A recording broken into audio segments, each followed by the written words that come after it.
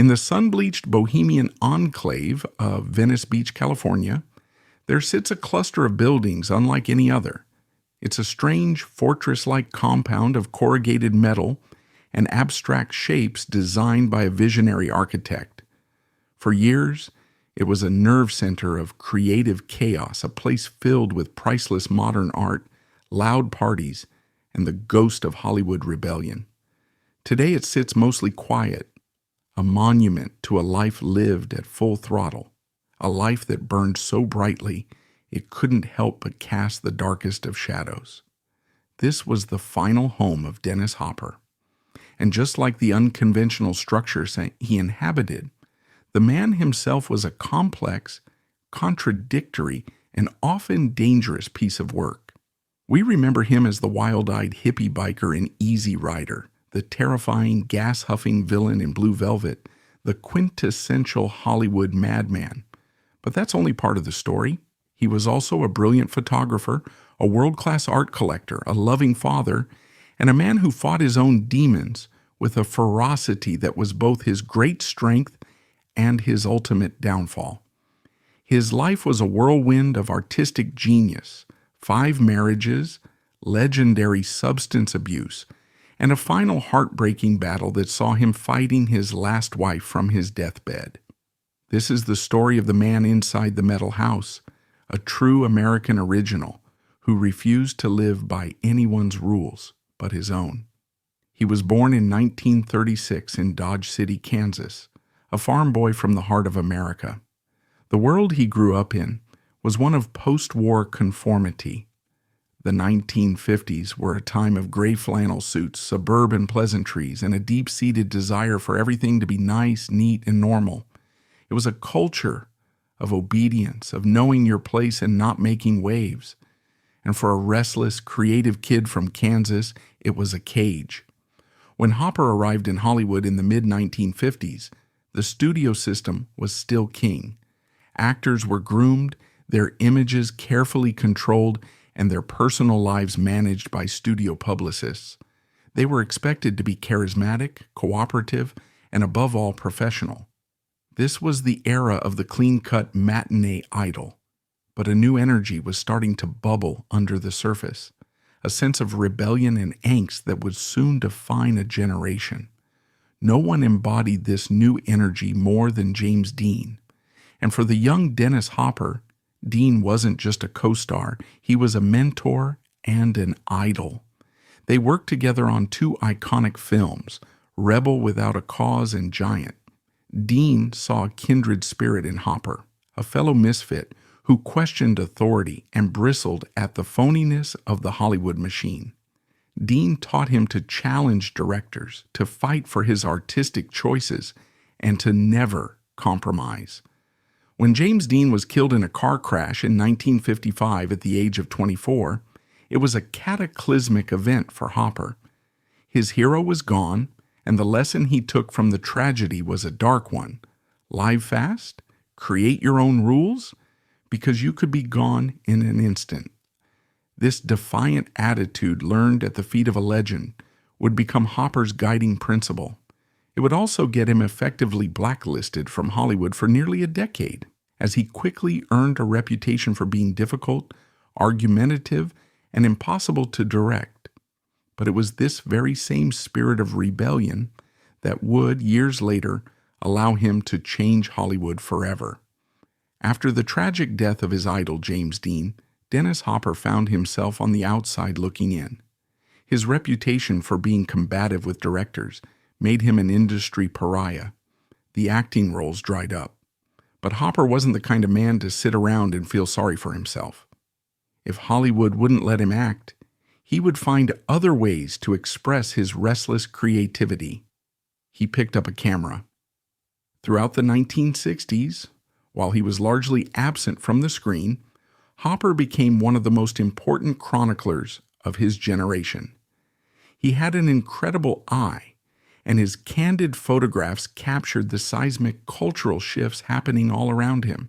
He photographed the Civil Rights March on Washington, the vibrant art scene, and the burgeoning hippie movement.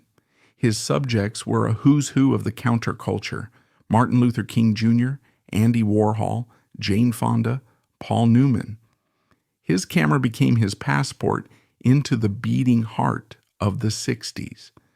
During this time, he also became a serious and respected art collector. Long before they were household names, he was buying works by pop art masters like Warhol and Roy Lichtenstein. He was living in the artistic trenches, soaking up the creative energy that was about to explode into the mainstream. This period in the wilderness wasn't a failure, it was an education. It was where he honed his artistic vision and forged the connections that would lead to his defining moment. That moment came in 1969. Hopper, along with his friend Peter Fonda, decided to make a movie. They scraped together a meager budget of around $400,000, much of it from their own pockets. They had a simple idea: a modern-day Western about two drug-dealing bikers who travel across America in search of freedom. Hopper would direct and co-star. The film was Easy Rider. Easy Rider wasn't just a movie. It was a cultural phenomenon. It was a Molotov cocktail thrown directly at the old, staid Hollywood studio system. Shot on location with a loose improvisational style and fueled by a rock and roll soundtrack featuring artists like The Byrds and Steppenwolf, it perfectly captured the spirit of the time. It spoke to a generation that felt alienated and misunderstood. It was a raw, honest, and ultimately tragic portrait of America at a crossroads. The film was a colossal, unexpected success. It grossed over $60 million worldwide, making Hopper a very rich man, and more importantly, the new king of Hollywood. The studios, completely blindsided by the film's success, suddenly realized there was a huge audience for these kinds of personal, director-driven films. Easy Rider kicked down the door for a new generation of filmmakers like Martin Scorsese, Francis Ford Coppola, and Hal Ashby. The era of new Hollywood had begun, and Dennis Hopper was its mad, visionary prophet. He had gone from an outcast to being the most powerful director in town. He had finally been given the keys to the kingdom, and he would use them to lock himself in his own personal hell. The staggering success of Easy Rider should have been the beginning of a long and celebrated directorial career for Dennis Hopper. Instead, it was the catalyst for one of the most spectacular flameouts in Hollywood history. Universal Studios, eager to capitalize on the new youth market Hopper had discovered, gave him $1 million and complete creative control to make his next film. For a lifelong rebel who had fought the system for years, it was the ultimate vindication. It was also a recipe for disaster. Hopper took the money and his entourage of friends and fellow hedonists to Peru to shoot a strange allegorical film called The Last Movie. The production was pure chaos, a fever dream of drugs, egos, and artistic self-indulgence. Hopper, fueled by a prodigious intake of alcohol and cocaine, was completely untethered. He shot miles of footage with no clear narrative, believing he was creating a masterpiece that would deconstruct the very nature of cinema. When Dennis Hopper returned to the United States in late 1970, following the tumultuous production and initial critical backlash to his directorial debut, The Last Movie, filmed in Peru, he sought a profound retreat from the Hollywood machine that had both elevated and exhausted him. His destination was Taos, New Mexico, a remote town nestled in the high desert of the Sangre de Cristo Mountains, known for its stark natural beauty, Native American heritage, and long-standing appeal to artists and outsiders. This move marked a deliberate pivot in Hopper's life, as he withdrew to a property that would become his personal sanctuary and operational base for over a year. The acquisition of this real estate was not a casual decision, but a calculated investment in seclusion and self-reinvention. reflecting Hopper's growing disillusionment with mainstream fame and his embrace of a more bohemian, introspective existence. In Taos, Hopper established a domain that blended historical significance with his own eccentric vision, turning a storied piece of real estate into a hub for his creative and personal endeavors. The property in question was no ordinary house. It was the renowned Mabel Dodge Lujan House, a sprawling historic adobe compound that Hopper purchased in 1970 for approximately $100,000, a sum that, adjusted for inflation, equates to roughly $750,000 in today's dollars, though its cultural and architectural value far exceeded the monetary price. Located at 240 Murata Lane in Taos, this 12-acre estate stands as a testament to early 20th century southwestern architecture, characterized by its thick adobe walls, hand-hewn vigas, ceiling beams, and kiva fireplaces, elements that evoke the region's Pueblo Indian influences and Spanish colonial roots. Built in stages starting in the 1920s, the main house spans over 5,000 square feet, featuring multiple levels connected by narrow stairways and courtyards, with rooms that open onto balconies offering panoramic views of the Taos Valley and the sacred Taos Mountain.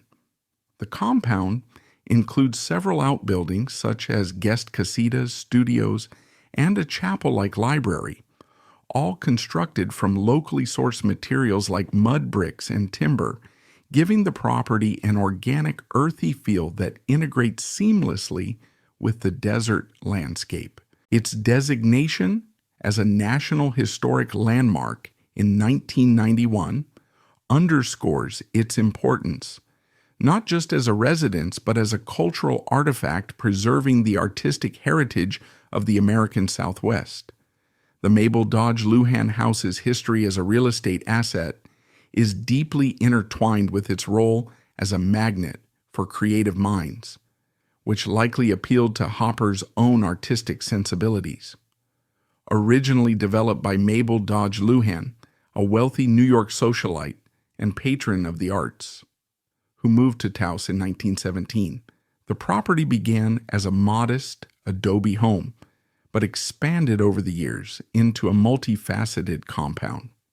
Lujan, who married Tony Lujan, a Taos Pueblo Indian, in 1923, invested significantly in the estate's development, hiring local artisans to craft its distinctive features, including hand-painted doors, tiled floors, and murals inspired by Native American motifs.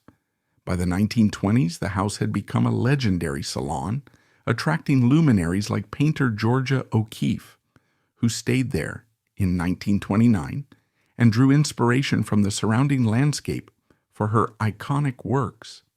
Writer D.H. Lawrence, who visited in 1922 and 1924, finding the isolation conducive to his writing, and other figures such as Ansel Adams, Aldous Huxley, and Thornton Wilder. As a real estate holding, the property's value lay not only in its physical attributes, its 22 rooms, multiple fireplaces, and expansive grounds, but in its intangible prestige as a gathering place for intellectual and artistic exchange. Lujan's ownership, until her death in 1962, saw the estate host retreats and gatherings, enhancing its reputation and market appeal as a unique cultural asset. After her passing, it passed through a few hands, including brief periods as a guest house, before Hopper acquired it, recognizing its potential as a private retreat that aligned with his countercultural leanings. Hopper's purchase of the Mabel Dodge Lujan House was a strategic real estate move that reflected his desire for autonomy and distance from the Hollywood establishment. At the time, Hopper was riding high on the success of Easy Rider, 1969, which he directed and starred in, grossing over $60 million on a $400,000 budget, and establishing him as a voice of the new Hollywood movement. Flush with earnings and seeking a space to edit, the last movie away from studio pressures, Hopper targeted Taos for its remote location, about 130 miles north of Albuquerque, and its bohemian vibe, which had drawn artists since the early 20th century. The transaction was facilitated through local real estate channels, with Hopper negotiating directly to secure the compound, which included the main house, guest accommodations, and surrounding land dotted with pinon pines and sagebrush. The $100,000 price tag was a bargain for such a historic property, especially considering its size and location in a town where land values were rising due to increasing interest from outsiders seeking the Southwest's spiritual allure. Hopper financed the purchase partly from his film earnings, viewing it as an investment in his creative independence rather than a mere residence. Upon closing the deal, he took immediate possession, beginning a period of personalization that would redefine the estate's character while preserving its architectural integrity.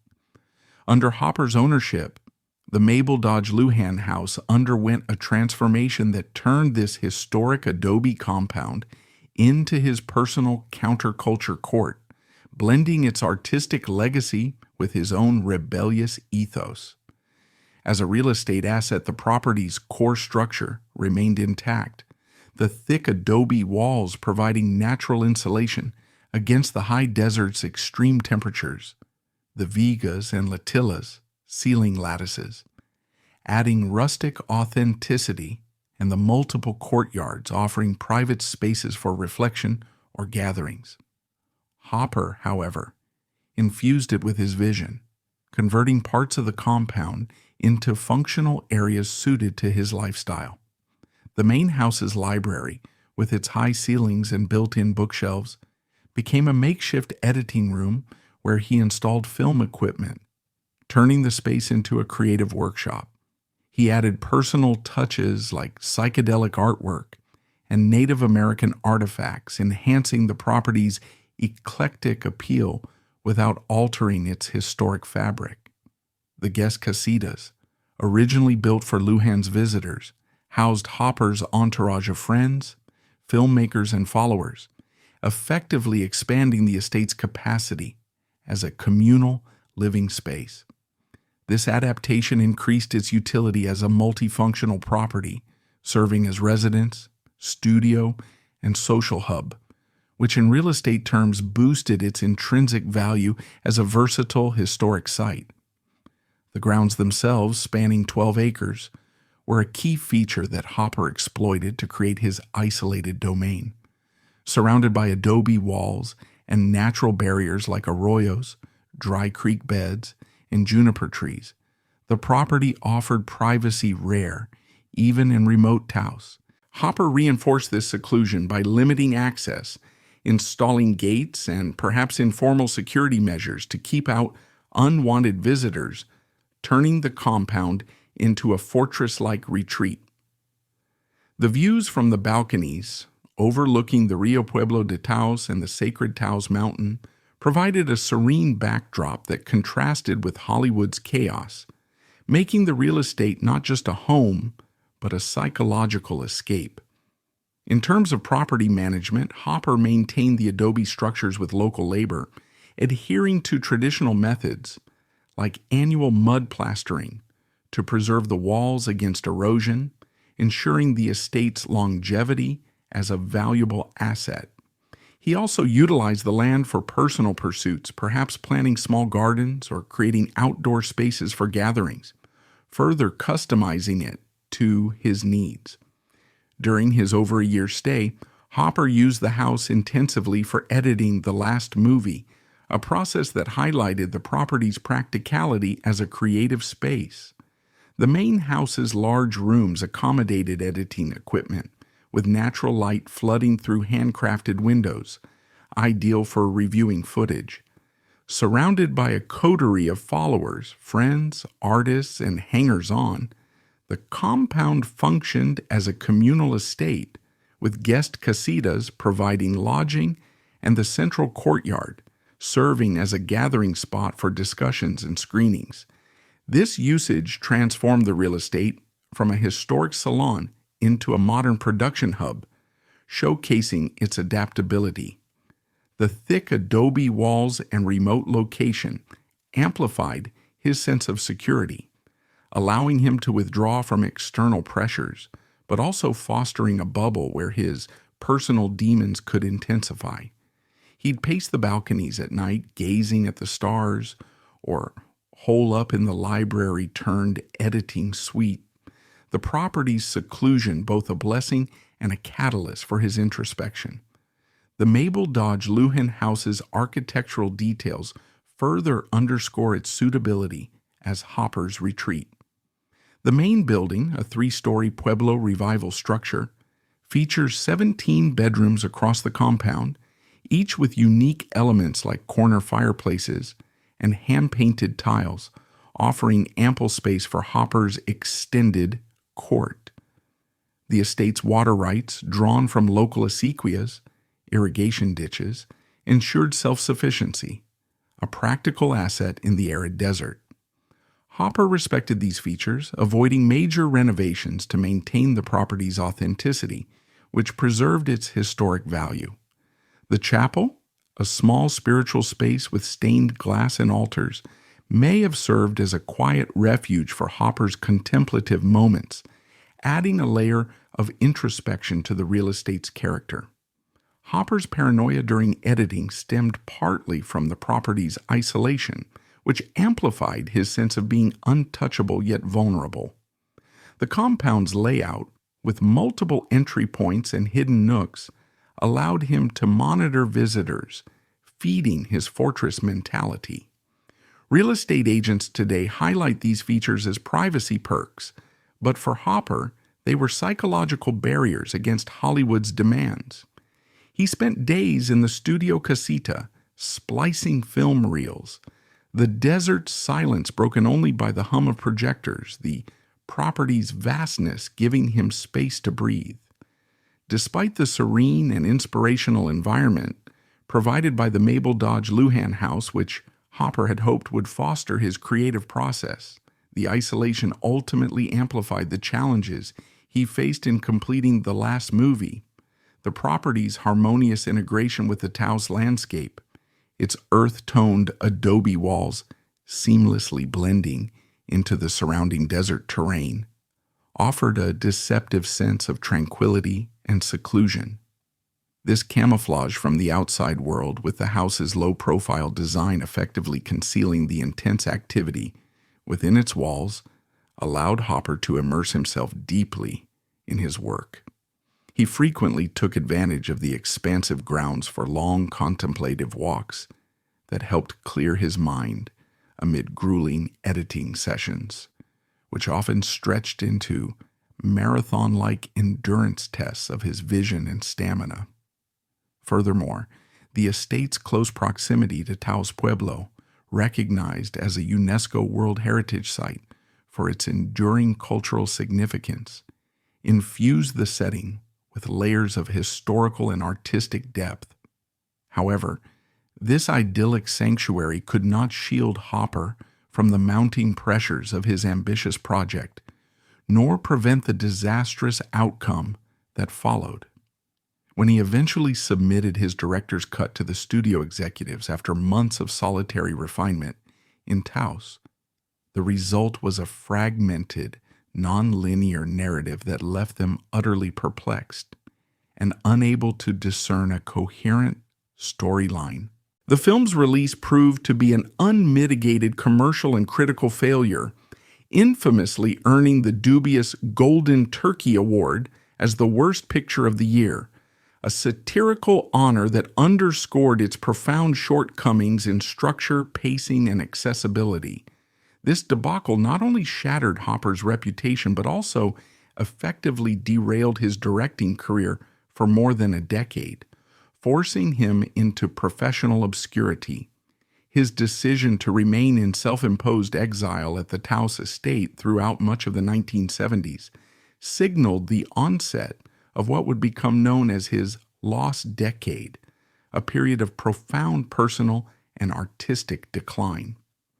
In Hollywood circles, Hopper transformed into a cautionary archetype, the once promising genius who, like Icarus in Greek mythology, soared too ambitiously toward innovation, only to plummet due to unchecked hubris and experimental excess. Anecdotes from this era have since become the stuff of industry legend, painting a vivid picture of his unraveling. Reports from acquaintances detail erratic behaviors, such as Hopper openly wielding firearms in fits of agitation, instigating alcohol-fueled altercations that escalated into physical brawls, and indulging in excessive drug use that bordered on self-destruction. Visitors to his Taos Haven during these years recounted encounters with a man gripped by escalating paranoia, convinced of conspiracies against him, and simmering rage, his once brilliant intellect fraying under the relentless strain of isolation, failure, and the unforgiving desert environment that, ironically, had initially drawn him in as a source of renewal. His personal life was just as turbulent. Hopper was married 5 times, and his relationships often mirrored the chaos of his career.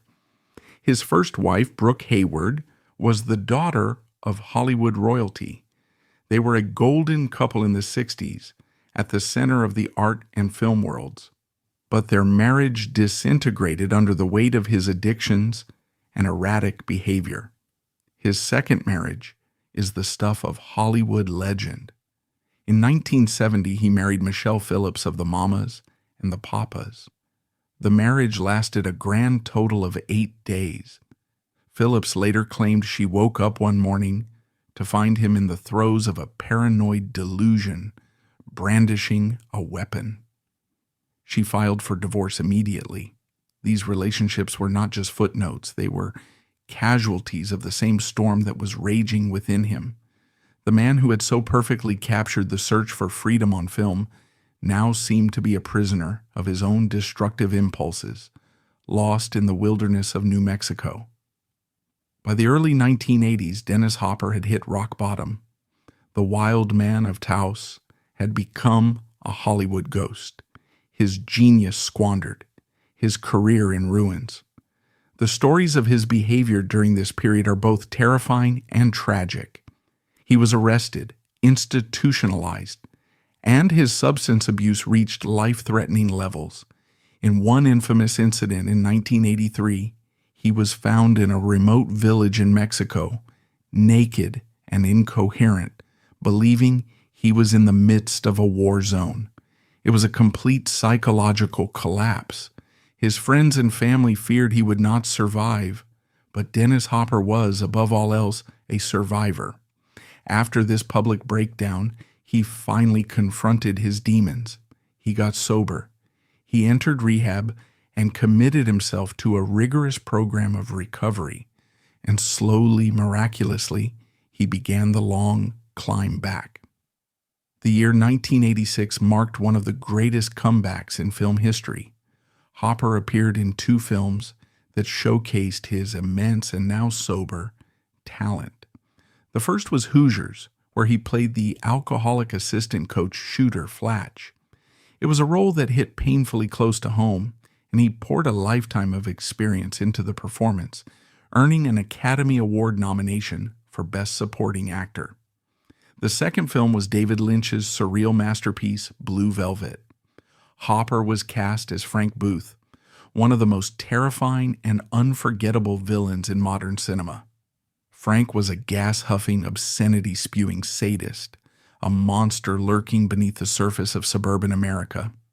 Hopper dove into the role with a fearless intensity that was genuinely unsettling.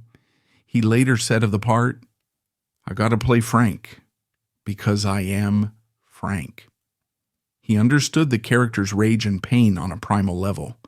The role didn't just revitalize his career, it redefined it. He was no longer just the aging hippie from Easy Rider. He was a formidable character actor, capable of breathtaking depth and terrifying power. This comeback solidified his status as a Hollywood legend. He worked constantly for the next 2 decades, appearing in blockbusters like Speed and acclaimed independent films. He had stared into the abyss and pulled himself back. He had conquered his addictions and reclaimed his art. But even in sobriety, the chaos was never far from the surface, and his final years would be consumed by a battle that was, in its own way, as dramatic and painful as any role he had ever played. This final fight wouldn't be with a studio or his own addictions, but with his 5th and final wife, a battle he would fight from his own deathbed. In his later years, following a tumultuous career marked by artistic triumphs, personal struggles, and a gradual return to Hollywood relevance, Dennis Hopper's primary residence became a true reflection of the man himself, a unique industrial and art-filled compound in the eclectic beachside community of Venice, California. This property, far from the conventional luxury estates of Beverly Hills or Malibu, embodied Hopper's unconventional spirit and his deep-rooted connection to the art world, serving as both a home and a living gallery. Designed by architect Brian Murphy, with additional structures by Frank Gehry, the compound was not a single dwelling but a cluster of 3 distinct 2-story townhouses clad in corrugated metal, giving it the look of a fortress or a deconstructed piece of modern sculpture. The main house where Hopper lived was a soaring gallery-like space that served as the stage for his vast and priceless art collection. Works by Warhol, Basquiat, Schnabel, and Lichtenstein weren't just hung on the walls, they were part of the home's very fabric, integrated into the architecture and daily life. This was where he chose to live out his final chapter, finding solace in the property's seclusion and creative potential. It was also the stage for his last, and perhaps most tragic, public drama, as health issues and personal demons played out within its walls. The compound's location in Venice, California, was a deliberate choice that aligned perfectly with Hopper's bohemian ethos and his desire for a real estate asset that blended urban edge with coastal serenity. Venice, a neighborhood in Los Angeles County, sits along the Pacific Ocean, approximately 16 miles west of downtown Los Angeles, known for its vibrant, eclectic community that attracts artists, surfers, and free spirits. Founded in 1905 by tobacco magnate Abbot Kinney as a beachfront resort modeled after Italy's Venice, the area features a network of canals, a boardwalk bustling with street performers, and a mix of architectural styles ranging from historic bungalows to modern lofts. By the time Hopper acquired his property in the late 1980s, Venice had evolved into a countercultural hub with rising property values driven by its proximity to the beach, oceanfront lots often commanding premiums, and its appeal to creative professionals. Hopper's compound was situated at 330 Indiana Avenue, a quiet street just blocks from the Venice Beach Boardwalk and the iconic Muscle Beach, offering easy access to the sand and surf while providing a sense of removal from the tourist chaos. The neighborhood's real estate market in the 1980s was transitioning from affordable artist enclaves to more upscale developments, with median home prices around $300,000 to $500,000, making Hopper's investment timely as values appreciated rapidly in the following decades due to gentrification and tech influx. Today, similar properties in Venice can fetch $5 million or more, highlighting the compound's long-term value as a prime coastal asset. The history of Hopper's Venice compound as a real estate holding began in the mid-1880s, when architect Brian Murphy conceived the main residence as a bold statement in industrial design. Murphy, a Los Angeles-based architect known for his innovative use of materials and focus on functional spaces for artists, designed the property specifically for Hopper, who was seeking a home that could accommodate his growing art collection and his unconventional lifestyle. The compound was built on 2 adjacent lots, totaling approximately 0.25 acres, a relatively modest footprint for such an ambitious project, but one that maximized vertical space and privacy in a dense urban area.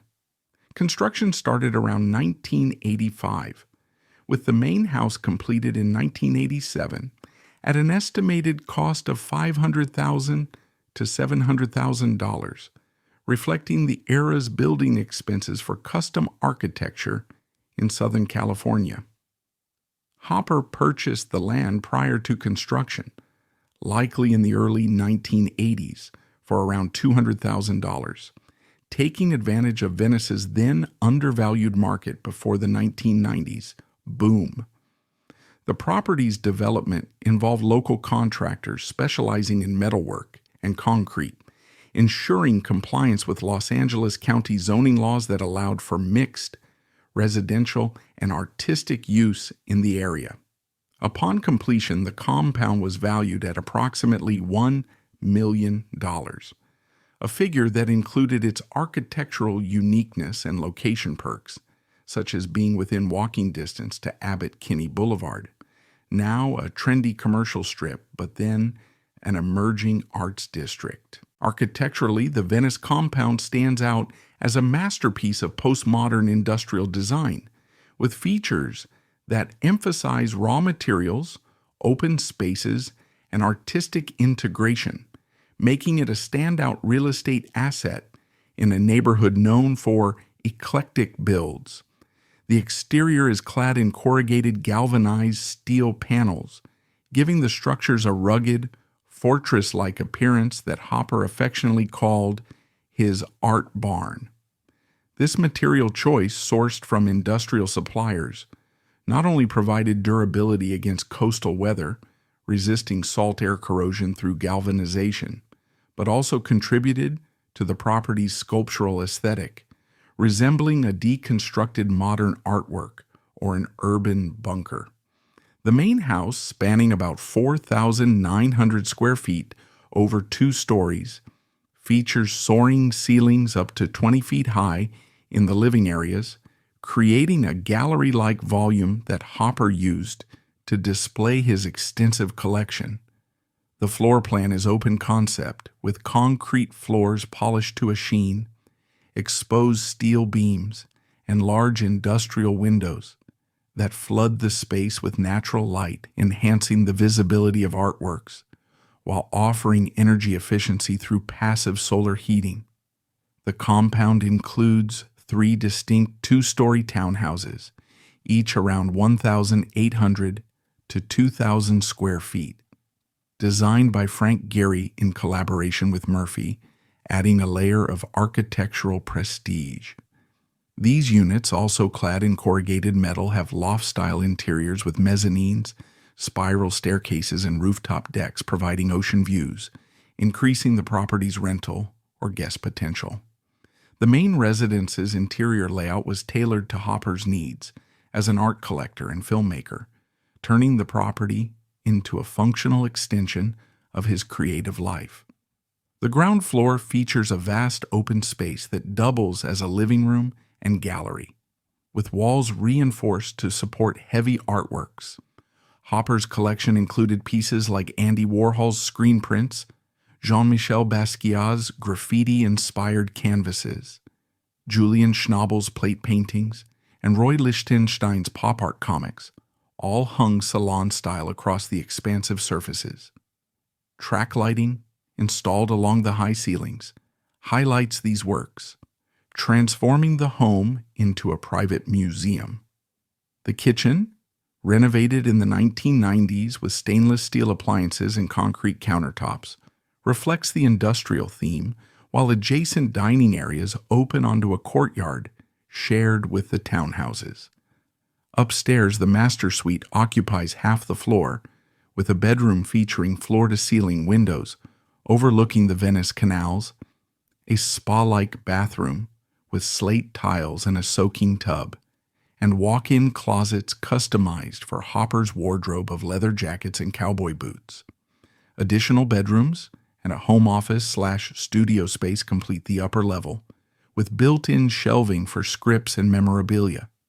The property's total of 4 bedrooms and 3 bathrooms across the main house, combined with the townhouse's amenities, made it versatile for hosting guests or renting out units, a common practice in Venice to offset costs.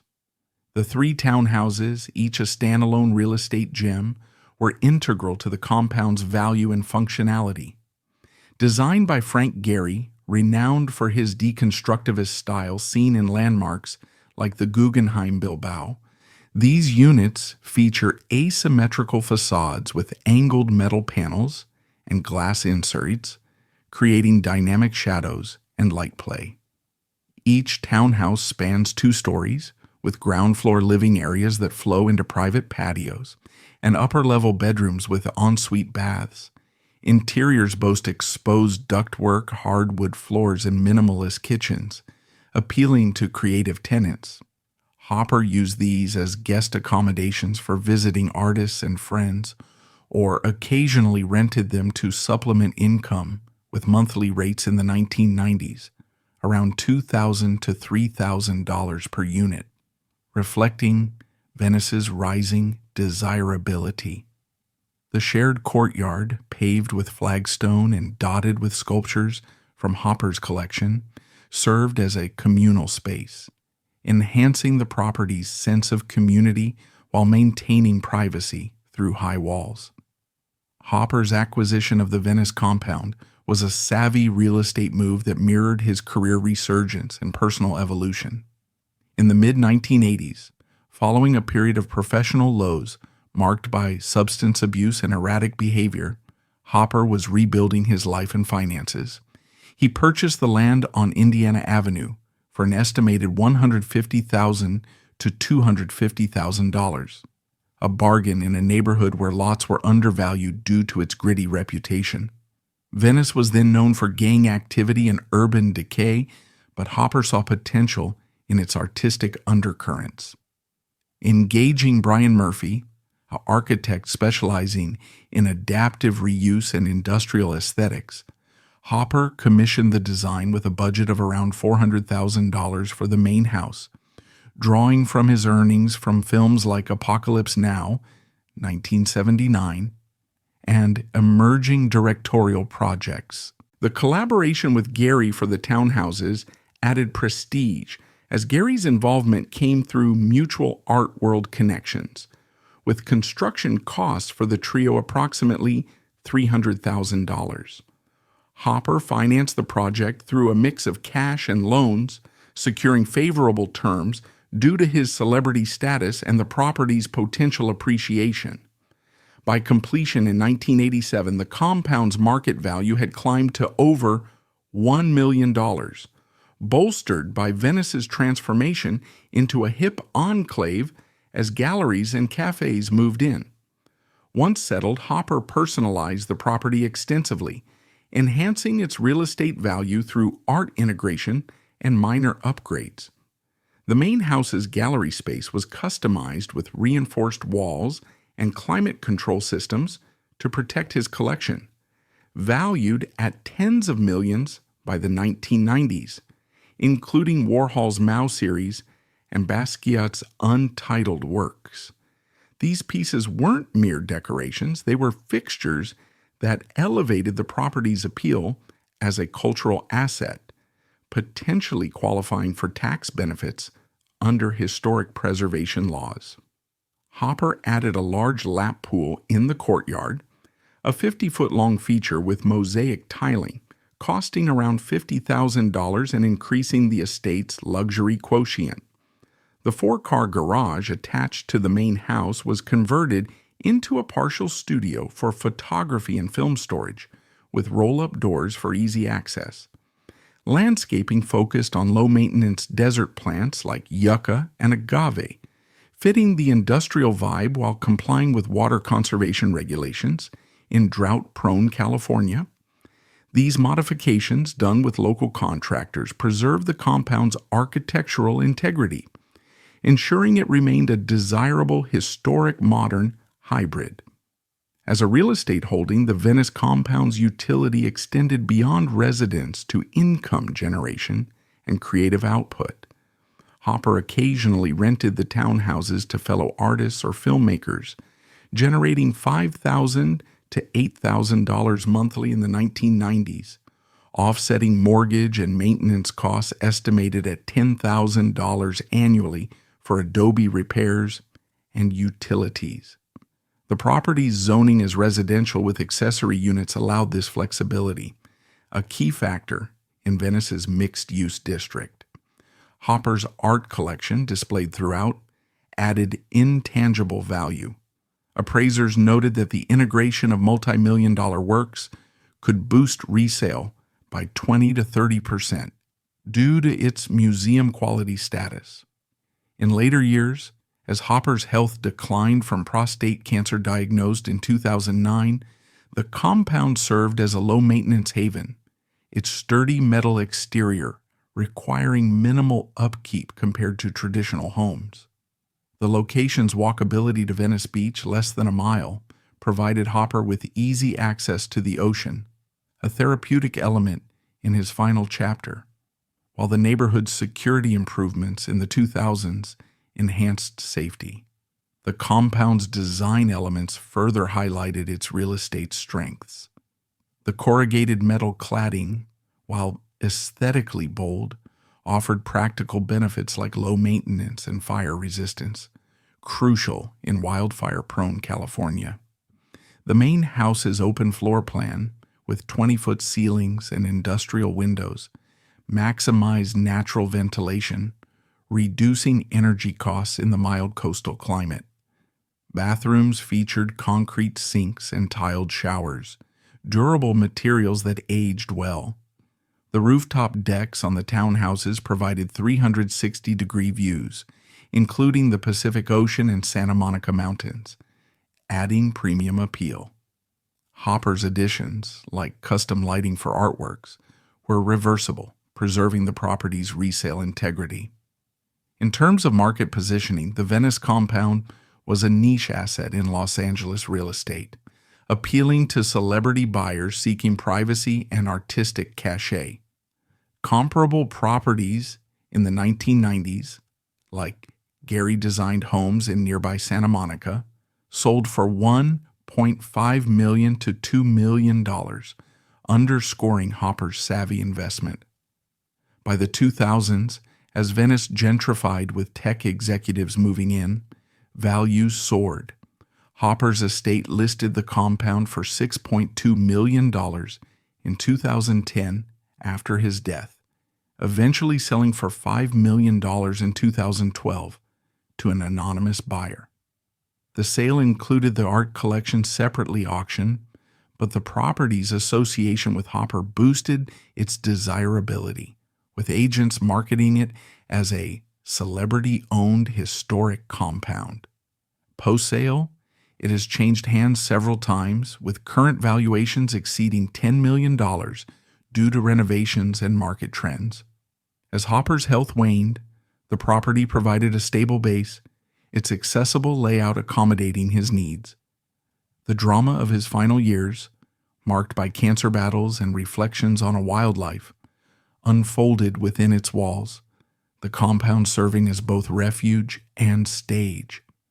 This real estate asset, unique in its design and history, encapsulated Hopper's essence, a testament to his vision in curating spaces that mirrored his soul.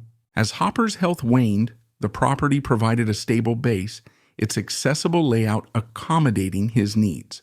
In 2009, Hopper was diagnosed with advanced prostate cancer. The prognosis was terminal. As he confronted his own mortality, his life, which had finally found a measure of stability, descended into chaos once more. In January 2010, while gravely ill, He filed for divorce from his fifth wife, Victoria Duffy.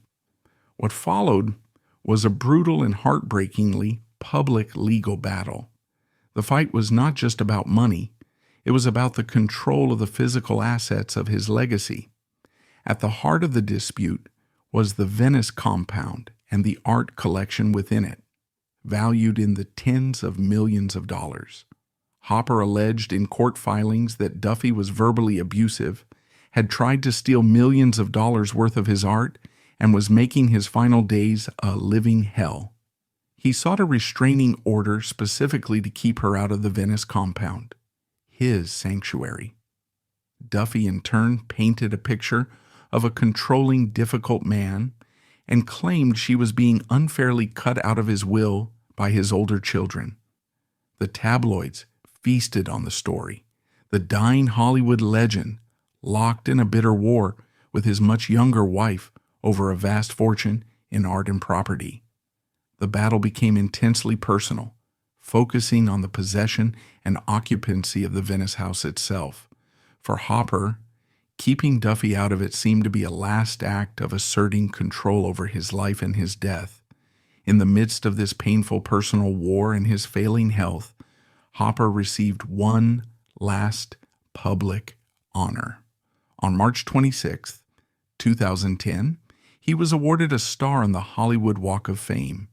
His friends, Hollywood giants like Jack Nicholson and Viggo Mortensen, came to support him. The photographs from that day are profoundly moving. Hopper, gaunt and frail, weighing less than 100 pounds, was bundled in blankets, a bandage visible on his forehead from a recent fall. Yet he was there. He spoke to the crowd with a weak but clear voice, a survivor taking one final bow. It was a moment of immense dignity amidst the private turmoil and physical pain. 2 months later, on May 29, 2010, Dennis Hopper died at his Venice home. He was 74 years old. The legal battles over his estate raged on for years after his death. The Venice compound, once a vibrant hub of creativity, became a symbol of the unresolved chaos he left behind.